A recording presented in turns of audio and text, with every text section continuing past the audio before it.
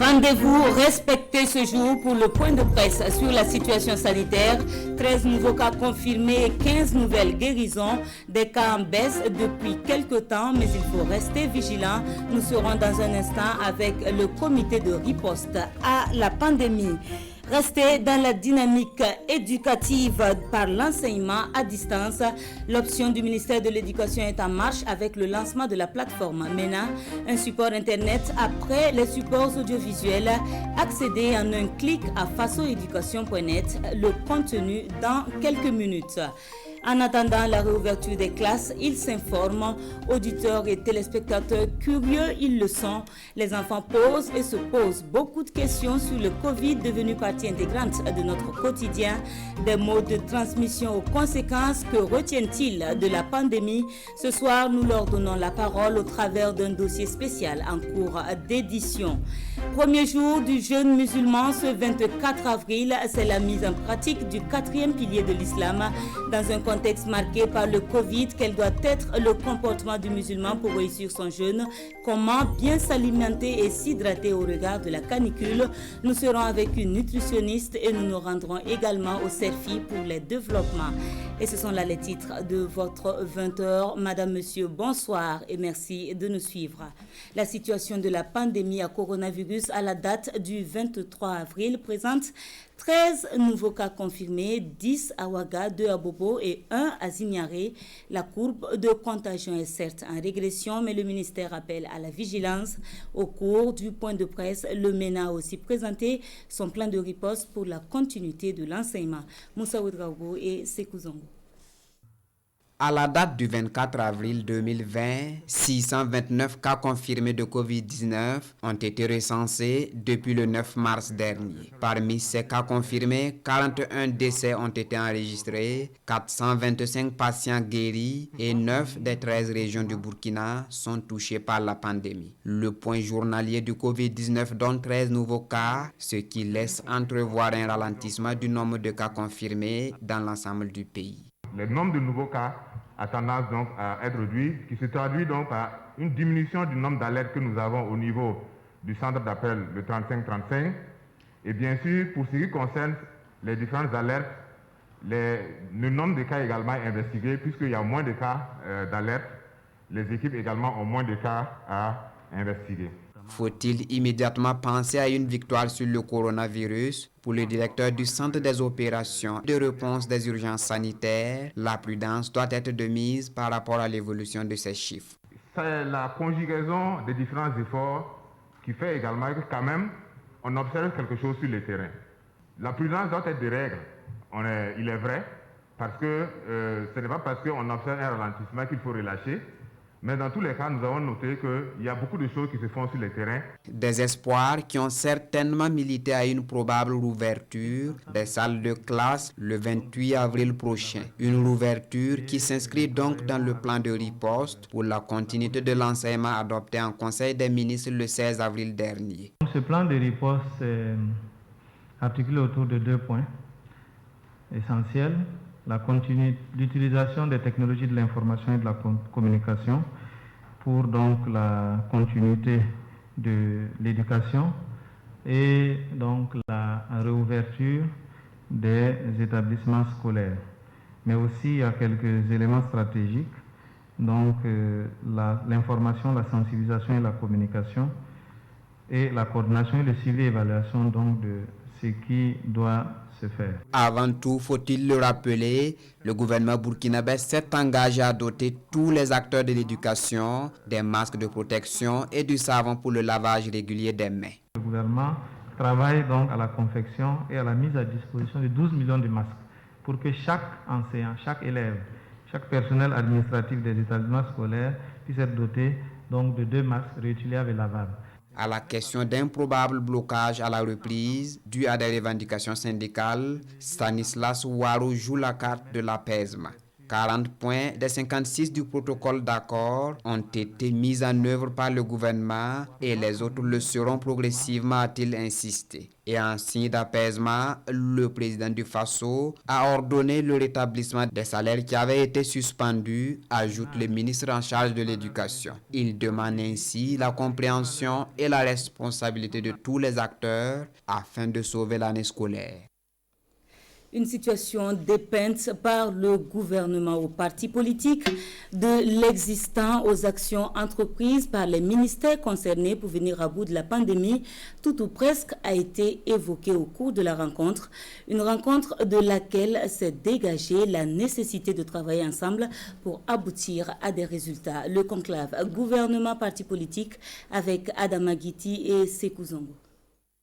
Partis politiques de l'opposition et de la majorité présidentielle, ainsi que le gouvernement, parlent d'une même voix à cette rencontre sur la gestion de la crise sanitaire qu'est la pandémie du coronavirus au Burkina Faso. Les partis politiques ont été briefés par les ministres en charge de la question. Et à l'issue de cette rencontre, opposition et majorité présidentielle retiennent qu'un travail considérable est abattu par le gouvernement, mais que beaucoup de choses doivent être améliorées sur la gestion de la crise. Avant de venir ici, nous avons été interpellés fortement par les Burkinabés sur différents aspects de la gestion de cette crise-là. Et nous, en tant qu'opposition, on a fait notre devoir d'être en tout cas le porte-parole de ces Burkinabés-là. Nous avons reçu en retour donc des réponses de la part des différents membres du gouvernement. Mais à ce stade-là, pour nous, ce qui va compter, c'est l'observation pratique que nous allons faire sur le terrain de la manière dont les déclarations officielles là, se traduisent en actes. Ça a été également l'occasion pour nous, même majorité, de faire des observations sur les insuffisances constatées dans la gestion de la pandémie. Mais nous avons rassuré le gouvernement parce que nous savons que cette gestion est une gestion difficile et nous avons souhaité simplement que nous puissions constituer ces structures de veille qui interpellent le gouvernement par rapport aux insuffisances qu'on peut être amené à constater sur le terrain. La question de la gestion des ressources liées à la pandémie, la bonne coordination de la communication sur le Covid-19 sont entre autres des inquiétudes soulevées par ces acteurs de la vie politique burkinabé. Toutefois, ont-ils relevé, le Burkina Faso demeure la case commune et tous restent engagés pour endiguer la maladie. Malgré nos oppositions, nous sommes engagés dans une même barque et le combat est commun. Bien entendu, nous sommes l'opposition, mais nous sommes là parce que nous participons à la même aventure nationale. C'est un combat pour le Burkina Faso, c'est un combat du Burkina Faso, et nous sommes partis dans ce combat-là. Un combat qui, de l'avis des partis politiques, doit impliquer tous les Burkinabés. Une occasion donc d'interpeller chacun où qu'il se trouve à travailler à rompre la chaîne de contamination en commençant par le strict respect des mesures de protection. Des préalables avant la réouverture des classes, dont une évaluation claire de la situation. À quoi faut-il donc s'attendre dans le plan de riposte du ministère de l'Éducation adopté en Conseil des ministres? En leur qualité de coordonnateur, assurer la continuité éducative en attendant la réouverture effective. C'est ce qui est expliqué aux gouverneurs des régions ce 24 avril, comme nous le disent Salif Belem et Mounira Kiri. En leur qualité de coordonnateurs de l'action gouvernementale, les gouverneurs de région, avec à leur côté les directeurs régionaux en charge de l'éducation, prennent connaissance du plan de riposte adopté par le Conseil des ministres pour assurer la continuité de l'éducation dans le contexte de Covid-19.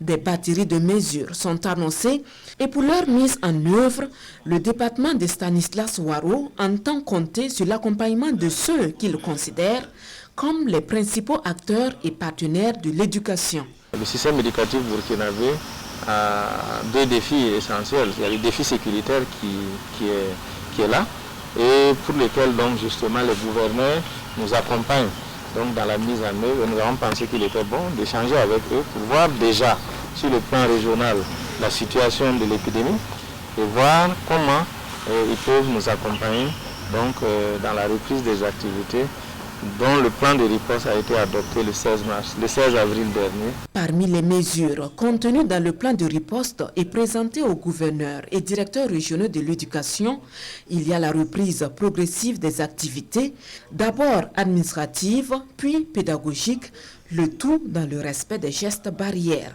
Nous envisageons une reprise des activités, une reprise administrative et ensuite une reprise pédagogique, c'est-à-dire qu'on souhaiterait que le personnel administratif et les enseignants soient en poste pour préparer progressivement la reprise dans le sens donc du respect donc des mesures barrières comme le port du masque, la mesure de distanciation. Donc ça va nécessiter certainement une réorganisation des effectifs, une réorganisation des classes et tout.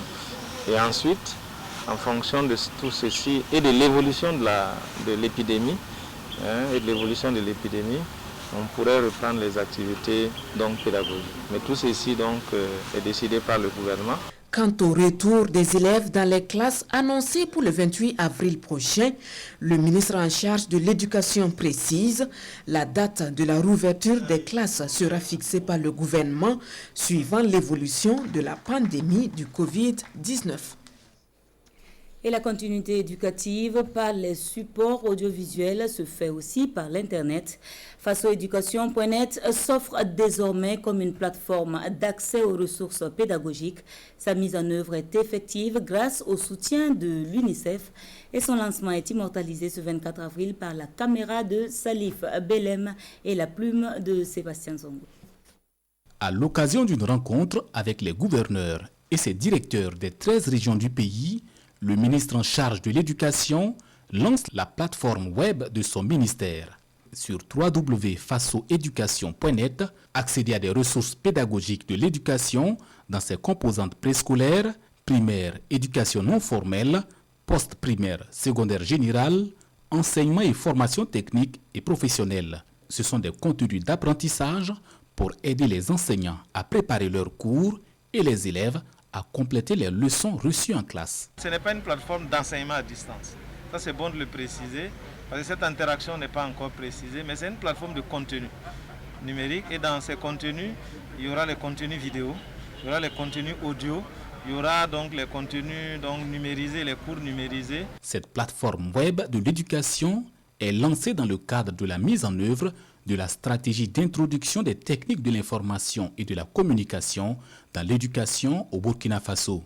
L'initiative est accompagnée depuis 2016 par l'UNICEF. Pour cette phase, ça nous a coûté autour de $70 000, à peu près 35 millions, pour pouvoir mettre en place la plateforme et aussi démarrer la modélisation. La plateforme www.fassoeducation.net a été entièrement conçue et développée par une équipe du ministère de l'Éducation nationale, de l'alphabétisation et de la promotion des langues nationales.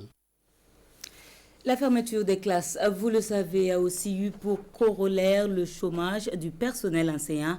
Certains dénoncent une absence de mesures d'accompagnement de la part du gouvernement et des promoteurs d'établissements et pour cause, ils sont enseignants du privé. Réunis au sein d'une coordination nationale, ils ont tenu ce matin une conférence de presse. Objectif, porter à la connaissance du public les difficultés qu'ils traversent. Détail avec Paul David Bambara et Aimé Solange Guigma. Face aux hommes et aux femmes de médias, la coordination nationale des enseignants du privé met à nu la situation difficile des enseignants et travailleurs des établissements d'enseignement privés depuis la fermeture de ces établissements décidée le 14 mars 2020 par le gouvernement. Pour cette coordination qui a vu le jour le 15 avril dernier, le gouvernement et les promoteurs d'établissements se sont illustrés par un mutisme et une absence de mesures d'accompagnement conséquentes au profit des enseignants du privé, aggravant ainsi leur situation déjà précaire. Les deux discours du président Ifaso à la nation sur la gestion de la pandémie, le 20 mars et le 2 avril, ont laissé les enseignants du privé sans voix. Et pour cause, aucune mesure d'accompagnement n'a été prise pour nous soulager durant cette période d'inactivité. En effet, la plupart des travailleurs sont rémunérés sur la base du volume horaire exécuté durant le mois. De ce fait, l'arrêt des activités met les acteurs dans une forme de chômage imprévu et sans aucune mesure d'accompagnement. Cette situation a jeté les milliers d'enseignants du privé dans une misère noire et les plongeant dans une clausalisation sans précédent. Au regard de cette situation, la coordination formule des recommandations à l'endroit des promoteurs d'établissements privés et du gouvernement et exige d'eux leur satisfaction dans un bref délai. 1. L'accompagnement des travailleurs des établissements d'enseignement privé avec une allocation nécessaire pour toute la durée de fermeture des établissements et qui prend en compte le préscolaire, le primaire, le post-primaire, le secondaire et le supérieur. 2. Le maintien des contrats des agents engagés par les 10 établissements durant la période de fermeture et le paiement régulier de leurs salaires. 3. La régularisation des arriérés de paiement constatés dans certains établissements. Tout en souhaitant prompt rétablissement aux personnes infectées par la maladie à coronavirus, la coordination appelle les enseignants et les travailleurs des établissements privés à se mobiliser et à se tenir prêts pour la satisfaction de l'ensemble de leurs préoccupations. Il s'estime également durement touché par la fermeture des écoles et des universités depuis le 16 mars dernier. Regroupés au sein de la FESI, les élèves et étudiants ont donné de la voix ce matin par une conférence de presse et disent être les grands oubliés des mesures sociales du gouvernement. Ils en appellent à la réouverture des salles de classe non sans mesure d'accompagnement. Compte rendu complet avec Roger Cam et Amadou Marcel Tou. Mise en œuvre des mesures prises par le président du Faso dans la lutte contre le coronavirus, les étudiants sont en marge de ces mesures sociales, estime la Fédération estudiantine et scolaire pour l'intégrité au Burkina Faso face à la presse. Bien qu'importantes, ces mesures prises n'ont malheureusement pas tenu compte de la marge estudiantine et scolaire qui est prise entre le marteau et l'enclume. S'il faut le rappeler, la plupart des étudiants des grandes villes du pays sont en location et n'arrivent à satisfaire leurs locataires que par le biais de certaines activités telles que les vacations, les cours à domicile et le gardiennage. Ces activités sont pour la plupart arrêtées du fait du coronavirus. La FESIBF interpelle le gouvernement cependant à revoir les différentes mesures afin de permettre aux étudiants de mieux faire face à cette épidémie. Ces mesures sont un dépistage massif de tous les étudiants et étudiantes et aussi les élèves. La mise en place d'une équipe d'intervention sanitaire rapide dans les différents lieux d'apprentissage. La désinfection des salles de cours, la réouverture des restaurants universitaires et cantines pour les élèves, l'activation des cartes phoneurs à jour pour le paiement des aides et prêts, la dotation d'ordinateurs ou une somme de 50 000 francs par étudiant pour l'acquisition d'un smartphone au cas où les cours seront sous forme numérique ou en ligne. En attendant, la FESIBF invite l'ensemble des étudiants au respect des mesures barrières édictées par le ministère de la Santé. Dans la lutte contre le Covid, ils ont innové à travers la création de plateformes digitales d'aide. 4 meilleurs porteurs de projets récompensés à hauteur chacun d'un peu plus de 5 millions de nos francs. Le concours Innov Challenge Covid-19 est organisé par le ministère de l'économie numérique. Amado Ilboudo et Estelle Judith Assok. Diagnosmi est le premier projet sur les 64 candidatures à avoir été sélectionné par le jury du concours Innov Challenge Covid-19. Puis vient respectivement tableau de bord, Monjosi et respirateur Made in Burkina. Ces 4 lauréats ont séduit le jury de par leur ingéniosité et leur innovation. Oui, Diagnosmi, c'est une application mobile qui permet aux utilisateurs de pouvoir diagnostiquer à distance les premiers symptômes du coronavirus et de pouvoir entrer en contact avec les agents de santé pour une prise en charge rapide. Cette prise en charge se fait à travers la localisation de la personne qui utilise l'application. Les personnes avec handicap visuel et auditif, en fait, nous avons tenu compte de ces personnes-là à travers un guide vocal et aussi des illustrations graphiques. Ces meilleurs projets sont tous complémentaires et vont aider dans la lutte contre le Covid-19. Notre grand challenge, c'est pouvoir les exploiter et très très rapidement. Et je pense que l'apport donc du pneu sert à cela. Ça va servir donc de peaufiner, d'achever rapidement le respirateur par exemple et les autres applications pour que ça puisse vraiment aider et avoir un impact. Les 4 lauréats ont reçu chacun 10 000 $ hier, soit 5 500 000 francs CFA, un montant mis à leur disposition par le PNUD. Il permettra aux lauréats d'achever leur chef-d'œuvre en tenant compte des recommandations du jury. Dans un autre registre, ils sont plus jeunes, très alertes et assez enclins à la curiosité.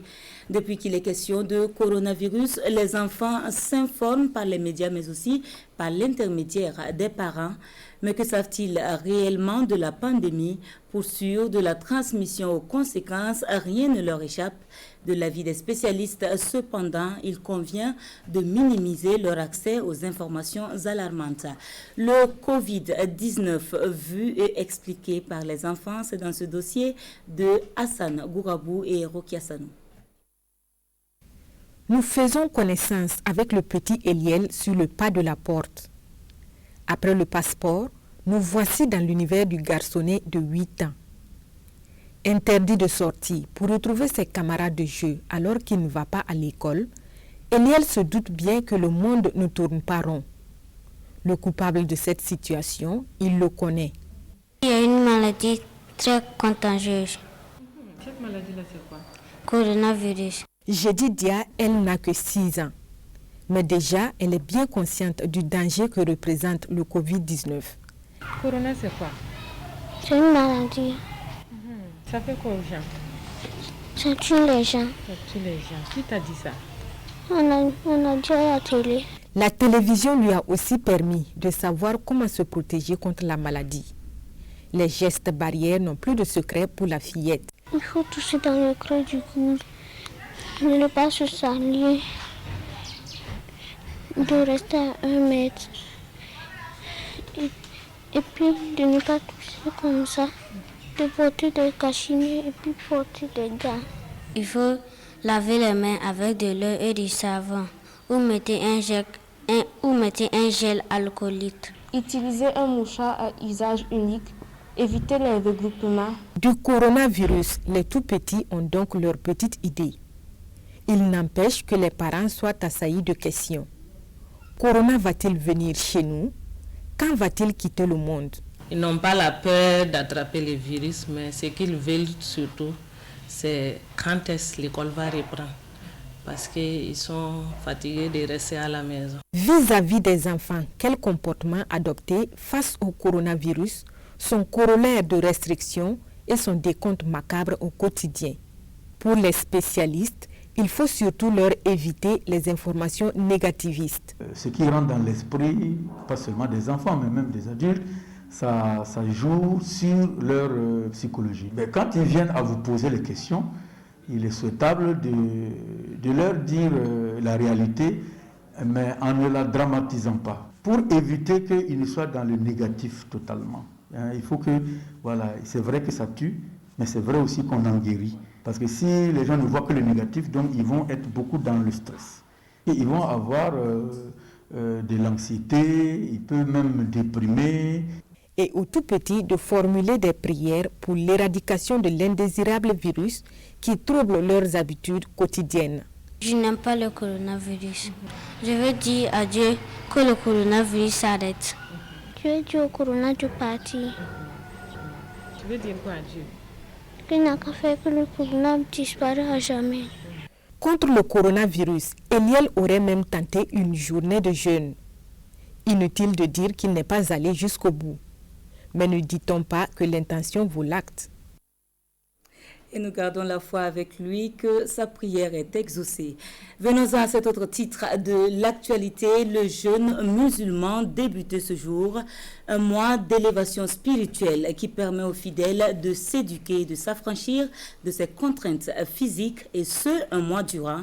C'est aussi un temps qui se veut de partage et de bénédiction. Il intervient cette année dans un contexte de crise sanitaire marqué par la fermeture des mosquées et l'interdiction des rassemblements. Quel comportement doit donc adopter le musulman pour réussir son jeûne dans ce contexte? La réponse, c'est dans ce dossier signé Adama Guiti et Isiaka Nana. Mosquée fermée, rassemblement interdit. Ramadan 2020 intervient dans un contexte de pandémie Covid-19 au Burkina Faso. Une nouvelle donne avec laquelle les fidèles musulmans doivent composer dans l'accomplissement du 4e pilier de l'islam. Il y a d'abord la prière de Tarawih. Comme vous le savez, c'est une prière surrogatoire. Et chaque jour, ça a commencé hier même, chaque jour après la prière de Isha, les musulmans doivent faire au moins 10 rakats. C'est une prière qui rassemble beaucoup de gens, plus que les autres jours ordinaires. Et vu le contexte, c'est une prière qui ne pourra pas être effectuée vu que les mosquées sont fermées. Le mois de Ramadan étant le mois du Coran, les musulmans font de leur mieux pour lire le Coran à travers les tafsirs, à travers les commentaires des versets, à travers des assises pour apprendre aux gens à lire le Coran. Donc tout ça, ce sont des activités que les musulmans avaient l'habitude de faire durant ce mois béni et vu le contexte, ils ne pourront pas faire. Les rassemblements ne sont donc pas des conditions de validité du jeûne, selon l'imam Lassane Sakandé. Pour lui, pour réussir son jeûne en cette période particulière où les mosquées sont fermées, les fidèles doivent s'occuper sainement. Si un musulman avait l'habitude d'aller assister sur des séances de tafsir et à une période donnée durant ce mois, c'est à lui de occuper sainement ce temps. Et du côté du Cercle d'études, de recherche et de formation islamique CERFI, des dispositions sont prises pour permettre aux fidèles musulmans d'accomplir ces actes de piété par le canal des réseaux sociaux. Nous avons la page Facebook du CERFI que nous utilisons, CERFI Burkina, que nous utilisons. À travers cette page, nous avons des interventions de nos imams qui vont continuer, n'est-ce pas, à faire les commentaires du Coran, le tafsir, qui vont continuer à donner des petits conseils par rapport au jeûne du mois de Ramadan. Et aussi, nous avons décidé de mettre en place 2 chaînes de solidarité pour continuer à organiser cette communion que nous avions chaque fois en Ramadan. Au-delà du caractère spirituel du jeûne, le mois de Ramadan en cette période devrait contribuer à la communion et au renforcement des liens familiaux. En famille, en tant que musulmans, nous devons essayer de faire tout ensemble, rassembler tous les membres de la famille pour les ruptures, pour le repas du matin pour débuter le jeûne et pour les prières. Tant qu'on peut, il faut que les chefs de famille se mettent devant avec les femmes et les enfants derrière pour célébrer les prières. Et dans cette épreuve, l'imam Lassane Sakandé invite les fidèles musulmans à la solidarité, au partage pour bénéficier pleinement des bénédictions liées à ce mois béni de Ramadan. Et malgré la fermeture des mosquées, il est de la responsabilité du musulman de continuer ses prières en individuel. C'est l'avis majeur que vous avez partagé ce matin au micro de nos reporters Sié Dilarienne et Oloboda. Un mois de jeûne sans regroupement et loin des mosquées. Pour la plupart des fidèles musulmans, c'est un coup dur, une véritable épreuve imposée par la situation sanitaire. Une prière individuelle est bon, mais ce qui est mieux, c'est une prière collective.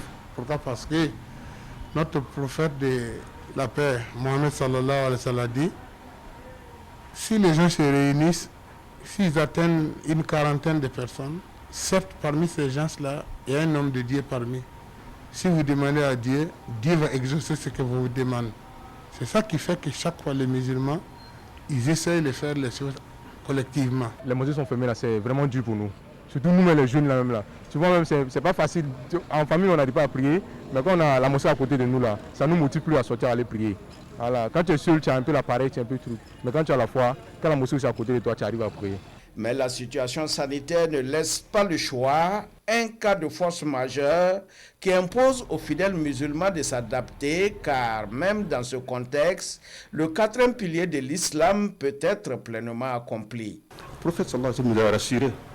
Quand un mal comme ça arrive dans un pays, et toi, musulman qui priez à la mosquée quotidiennement, et c'est mal qui t'interdit de venir prier à la mosquée, prie chez toi à la maison, tu as les mêmes récompenses comme si tu venais prier à la mosquée.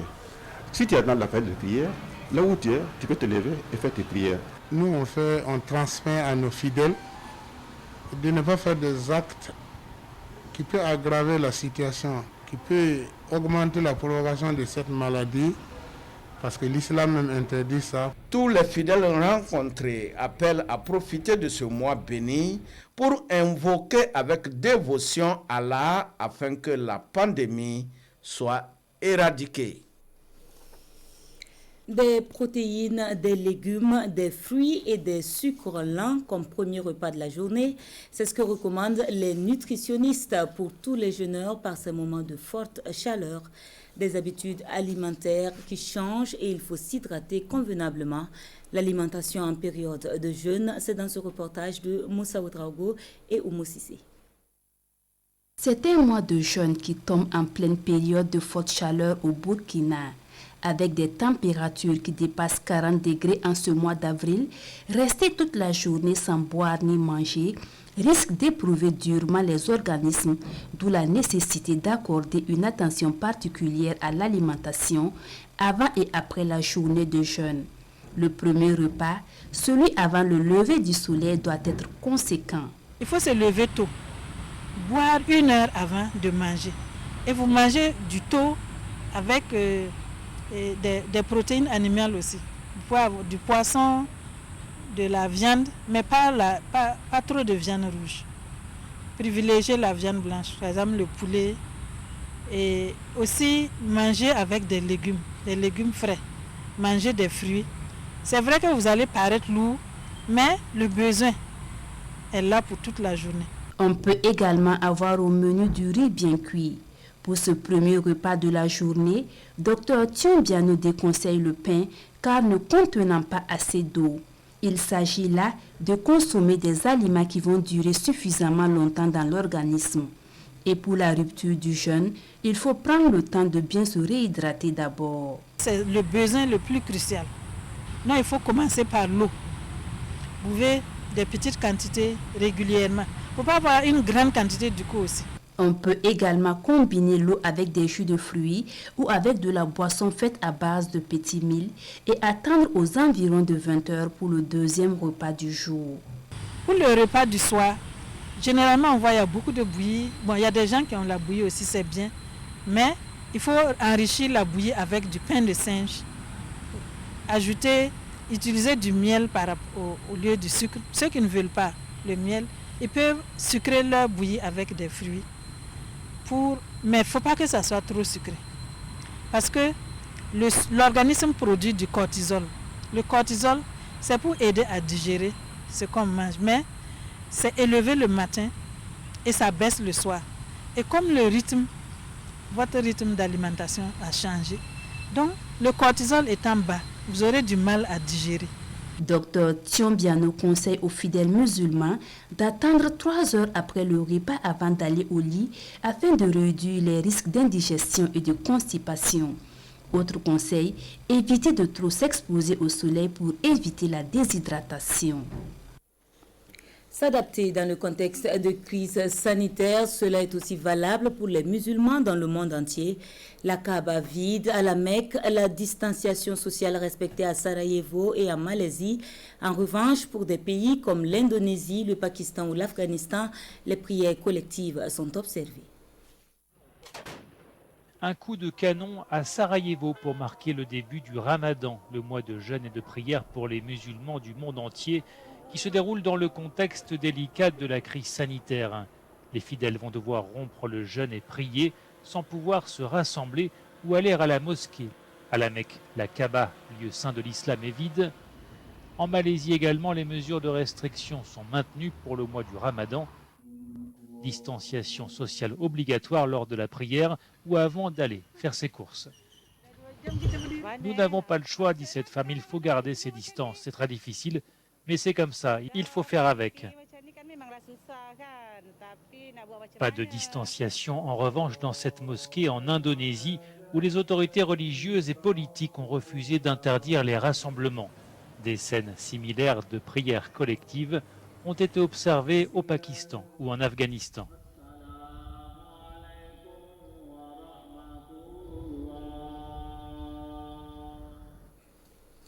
Retour au Burkina avec la Fédération unique des transporteurs routiers.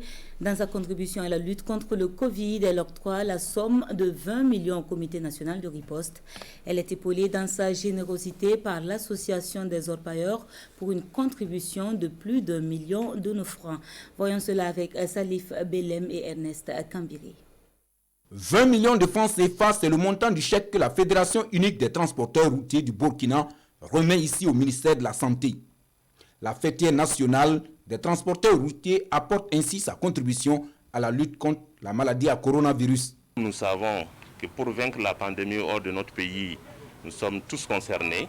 Voilà pourquoi nous avons dit que nous sommes tous ensemble. Et ensemble, je suis persuadé et rassuré que nous allons vaincre cette pandémie-là qui trouble la quiétude du monde entier. De l'avis du président national, 40 millions de francs CFA ont été mobilisés depuis le début par la Fédération des transporteurs routiers du Burkina pour faire face à la pandémie. Répondant aussi à l'appel du chef de l'État pour barrer la route au Covid-19, l'association Son Tabac des orpailleurs du Burkina remet ici pour sa part 1 million de francs CFA au ministère en charge de la santé. Quand le président a lancé l'appel, donc on a décidé de venir avec ce qu'on a eu pour lutter contre le Covid-19. Mais ce n'est pas notre première fois, c'est la 4e fois comme ça. Au ministère en charge de la santé, l'on salue ces différentes contributions qui permettront l'achat d'équipements et autres consommables médicaux pour la prise en charge des malades. Et dans cet élan de solidarité, vos dons sont attendus tous les samedis à partir de 21h30 au Coronaton en direct sur la RTB. Il vous sera également fait le point hebdomadaire des souscriptions. Vous pouvez appeler au 25 31 83 53 ou encore le 63 ou le 73. Et c'est ce qui referme l'édition de ce soir. Merci à vous de nous avoir suivis. Excellent début de week-end sur la RTB. On se retrouve demain, Dieu voulant. Bonsoir.